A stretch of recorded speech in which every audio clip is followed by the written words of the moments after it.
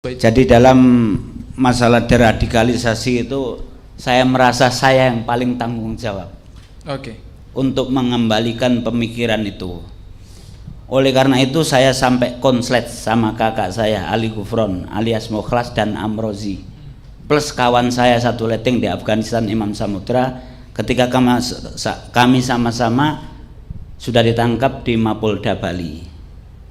Waktu itu saya ajak, ayo kita sadar, bom Bali kita niatkan untuk jihad. Kita harus ingat, jihad sejak zaman disyariatkannya oleh Allah kepada Nabi Muhammad. Kalau jihad itu kalah, pasti ada kesalahan.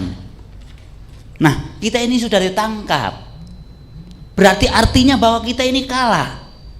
Bom Bali belum 1 bulan Amrozi sudah ditangkap. 3 jam kemudian saya DPO. Jadi saya ini yang disebutkan Amrozi, kedua setelah dia yang terlibat pelaku bom Bali.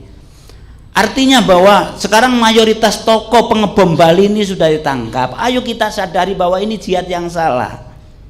Tapi akhirnya tetap ngotot bahwa saya yang disuruh tobat. Ya sudahlah, akhirnya kita pisah. Akhirnya saya sejak itu mengkampanyekan untuk deradikalisasi.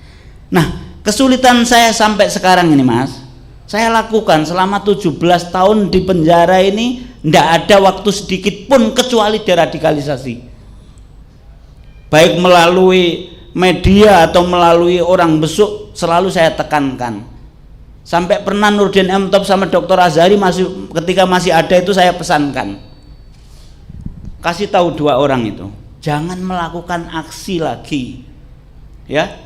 Kalau masih melakukan aksi, jangan disalahkan saya kerjasama polisi nangkap mereka. Sampai seperti itu. Dan murid-murid saya, binaan saya, sejak pertama sudah saya kirimi surat, saya pahamkan. Alhamdulillah dari ratusan orang sampai sekarang nggak ada yang terlibat. Nah, ini permasalahannya. Nah, yang jadi ganjalan dalam deradikalisasi itu nyelenehnya beberapa tokoh.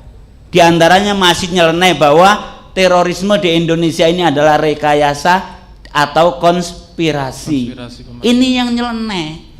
Akhirnya sulit kita memahamkan ke masyarakat.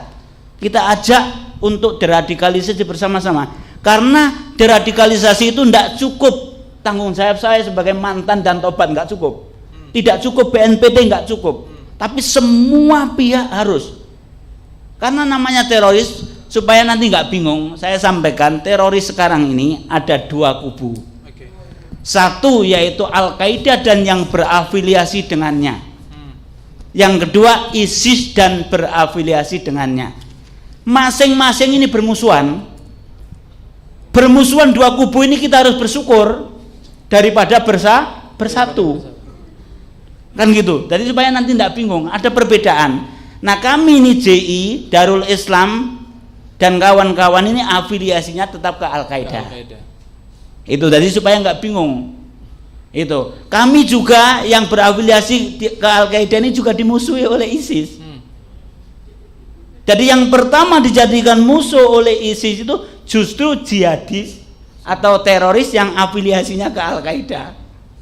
Nah, seperti ini tantangan. Oleh karena itu bahwa kita yang cinta NKRI ini harus semua pihak harus terlibat dalam deradikalisasi. Kalau yang misalkan belum tahu caranya bagaimana, monggo sowan besok saya ke Rutan Narkoba Polda Metro Jaya. Saya akan terima, saya akan kasih resep-resep bagaimana di masyarakat untuk menghadapi ideologi mereka ini, baik yang ISIS ataupun yang Al-Qaeda. Tentang intoleransi dan anti keberagaman itu, saya sebagai teroris itu justru kaget. Maksudnya kaget? Kagetnya begini, saya ikuti apa istilahnya gonjang-ganjing itu pasca kasus Ahok. Di media, di macam-macam itu kok masyarakat ini yang Muslim maksudnya kok lebih brutal daripada teroris saya gitu. Iya. Kan gitu.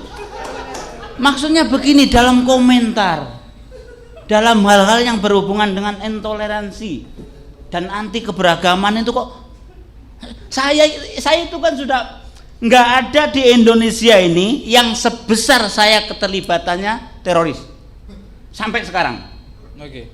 Saya ditangkap, BB saya, barang bukti saya masih 2 ton bom, M16 masih 7 pucuk, peluru ribuan dari berbagai kaliber, TNT masih 20 kilo. Jadi keren kan gitu. Kemudian hingga sekarang belum ada yang menyamai teroris di Indonesia. Ya jangan sampai ada, Mas. Maksudnya begini, artinya bahwa belum pernah ada teroris yang berani membawa 1 ton bom kecuali saya. Oke. Itu kan yang bunuh diri itu kan belum lancar nyetirnya. Jadi mau bunuh diri itu minta diantar oleh korlapnya, coba mendekati Sari Club baru saya kasihkan itu. Nah, ini kan sudah paling atas lah, kalau radikal itu paling atas. Teroris paling keren lah katakan. Paling atas. Tetapi ketika saya saksikan intoleransi kasus Ahok kemudian mendekati Pilpres yang kemarin itu, saya sampai gedek-gedek. Itu. Kok seperti itu kan gitu. Nah, apakah ini yang harus kita luruskan? Masalah intoleransi dalam Islam ini adalah ajaran Islam. Toleransi itu ajaran Islam. Berarti kebalikannya, kalau intoleransi berarti bukan ajaran Islam. Toleransi adalah bagian daripada akhlak Islam. Kemudian yang kedua, kebinekaan atau keberagaman ini sunnatullah. Hukum alam tidak bisa kita tolak dan tidak bisa kita tentang. Makanya pasti ada. Ya, walaupun keberagaman ini masalah agama, ras, suku dan lain sebagainya tetap akan ada. Kalau kita menentang berarti kita menentang sunatullah. Saya kembali ke pertanyaan. Ya. Apakah ada hubungannya antara intoleransi dengan ini secara langsung atau tidak langsung dengan radikalisme atau terorisme itu? Jadi begini, kan tadi kan sudah saya sampaikan bahwa kami melakukan aksi itu tidak ada hubungannya dengan intoleransi. Itu. Tetapi begini, kalau masalah radikalisme tentunya teroris ini yang paling tinggi. Ya. Yang intoleransi, anti keberagaman itu masih di bawahnya. Tetapi kalau selama ini apa yang terjadi, yang kami lakukan itu tidak ada hubungannya dengan intoleransi. Karena kami menerima, kami sebagai teroris itu menerima. Ya, ada toleransi. Tadi sudah saya sampaikan, kalau saya ini tidak menerima atau kami tidak menerima adanya keberagaman, tentunya banyak sekali yang sudah kita bom dan kita bunuh. Kalau standarnya gitu. Mas Alam untuk mengukur intoleransi itu kan jenengan mau nggak anak Anda kalau misalnya kepala sekolahnya itu Katolik misalnya, mau nggak menyekolahkan anak di situ? Yo, kenapa kok seperti itu? Nah itu ukuran intoleransi Mas Alam ya?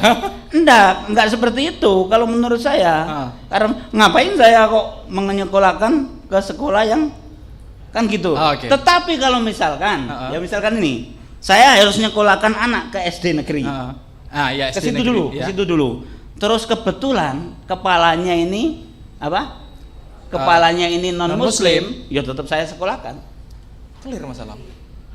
Itu makanya takkan tadi saya sudah sampaikan, saya lihat intoleransi di negara kita ini kan gitu. Saya ini teroris kok melihat intoleransi sama anti keberagaman, saya kaget itu. Ini yang harus kita luruskan bersama-sama.